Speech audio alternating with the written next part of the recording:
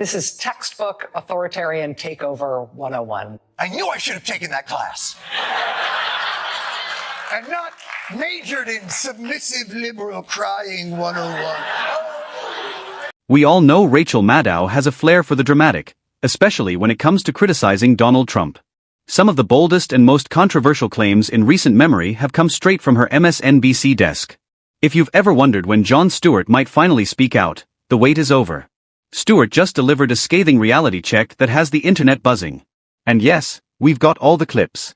So if you haven't already, hit that subscribe button, and let's dive in. 4 hours of Joe Scarborough shouldn't be allowed in this country.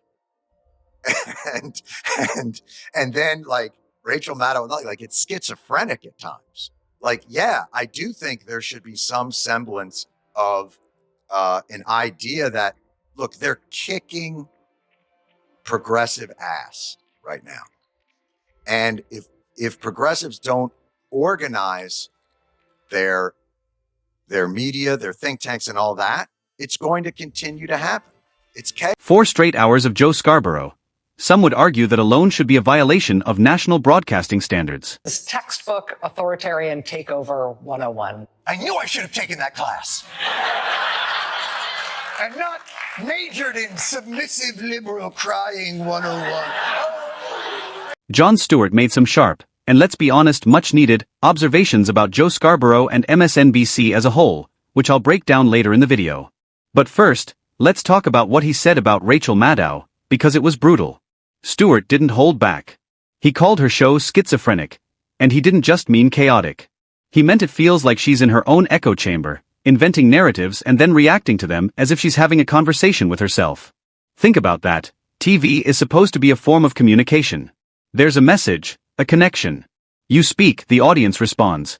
Maybe not out loud, but there's engagement. With Maddow, Stewart pointed out, it's more like she's narrating her internal monologue live on national television. No dialogue. No real pushback. No interaction. Just Rachel in a bubble, spinning theories and reacting to them like it's a solo podcast running on caffeine and conspiracy. It's performance, sure. But it's not communication. It'll be boring here for a second, but just getting very real. We now are just another one in the list of countries that has decided to, hey, what the heck, let's try the strongman thing. There are many more countries in the world governed by that kind of a system than there are governed by ours. We are the only 248-year-old multiracial pluralistic democracy in the world. And shall we keep it? A lot of our fellow Americans say we shouldn't. See, what they really don't want is for those tens of millions of Americans to wake up tomorrow feeling scrappy as hell. So now we can work full-time on being fricking pirates, on being a thorn in the side to anyone who now intends to try to turn this country into some tin pot tyranny. Hope you are feeling scrappy. Hope you are tapping into your inner pirate energy. Because it is one thing to be a defender of the realm. It is another thing to be in opposition. And opposition can be a lot of things. It can be dangerous. It can also be fun. It would have been nice to win the election. Didn't. Okay. Time to save the country. Now, if you're wondering what exactly Rachel Maddow was calling authoritarianism, here's the scoop. She was reacting to President Trump's decision to fire all 17 judges he was legally permitted to dismiss and replace. That's right, under the law, he had every right to make that move. But Maddow spun it as a sign of creeping fascism, as if following legal protocol somehow amounts to the death of democracy. According to her logic, Trump using his lawful authority is undemocratic. It's a wild stretch, but not exactly surprising if you've followed her over the years. She has a habit of turning routine political actions into existential threats to the republic. It's like watching someone inflate a basic personnel change into a full-blown constitutional crisis. So when Jon Stewart called her show schizophrenic, you can see where he was coming from. It's less journalism and more of a one-woman theatrical performance, complete with imagined villains and inflated stakes. No wonder so many viewers are left scratching their heads. And if you think I'm exaggerating, just watch this. Democrats just lost everything. They control nothing. They control, they don't control the House, they don't control the Senate, they don't control the White House, and they don't control the Supreme Court. So now is the time to break some. right, and break some china. They do control. Rachel Maddow's fearmongering is truly off the charts. The doom and gloom narrative, the end of democracy panic, it's all cranked up to 11. Why? Because her preferred political party didn't win an election. And now, according to her, the world is teetering on the brink of collapse simply because Donald Trump is back in power.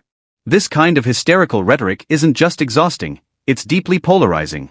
It doesn't inform, it inflames. Maddow isn't offering analysis, she's offering a meltdown. And here's the kicker, this is exactly the kind of hyperpartisan panic that pushes voters away from the Democratic Party. People are worn out by the constant catastrophizing and the endless narrative of despair. Voters don't want to be lectured or guilt-tripped, they want solutions, sanity, and perspective.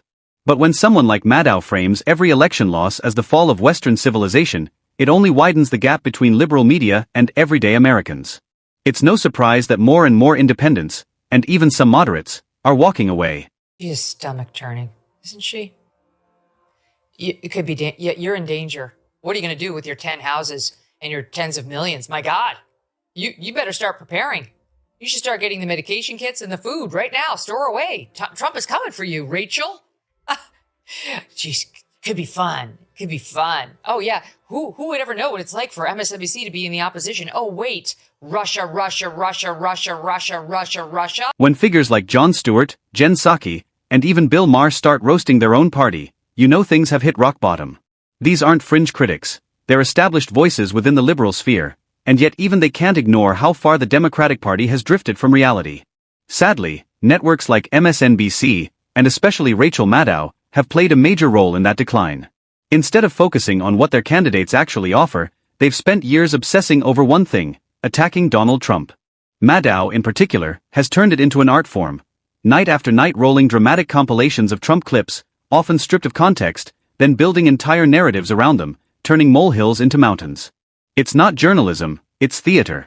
And the problem is, it leaves voters with nothing tangible, no policies, no vision, just relentless outrage.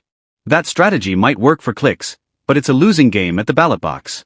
When people see through the noise and realize there's no real substance being offered, they tune out, and that's exactly what's happening. The "this is all fascist" argument has become almost a reflex for the left.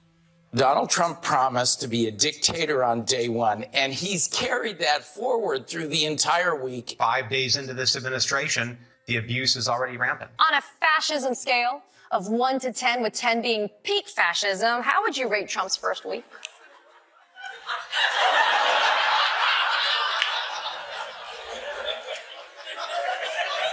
Yep, it's funny how some journalists toss around loaded words with reckless abandon, just because they're desperate to paint Trump as some kind of monster.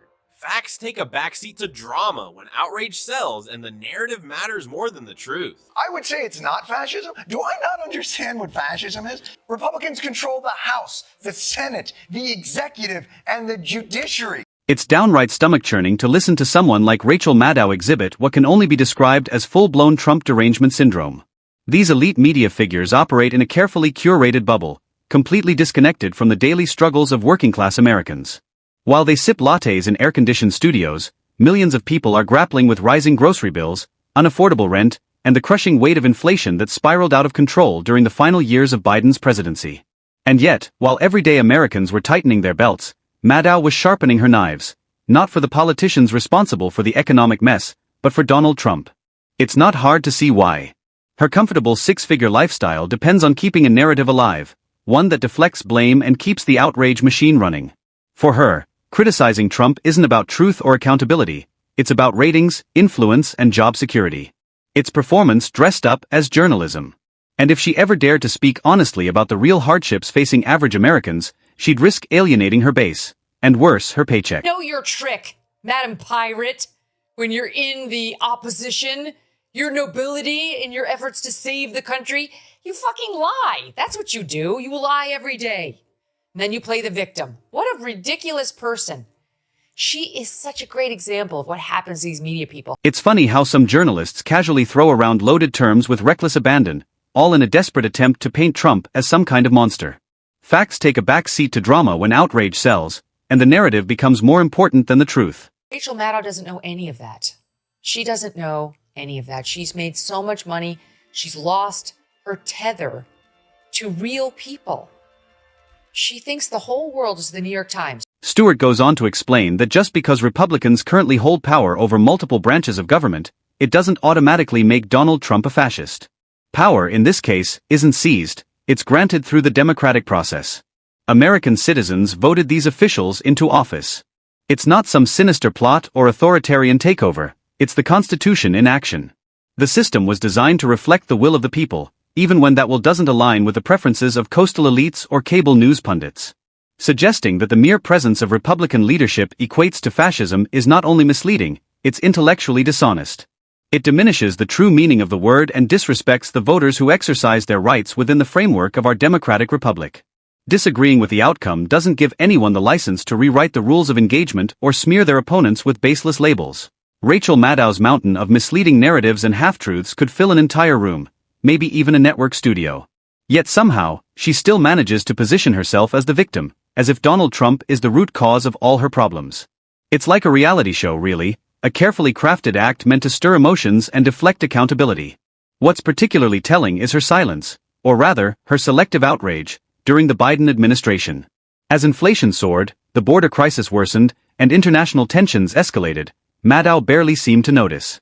She never found fault, never questioned authority, and never held power to account when it came from her side of the aisle. That's not journalism, it's activism wrapped in a teleprompter script. Her credibility doesn't rely on truth, it relies on maintaining a narrative.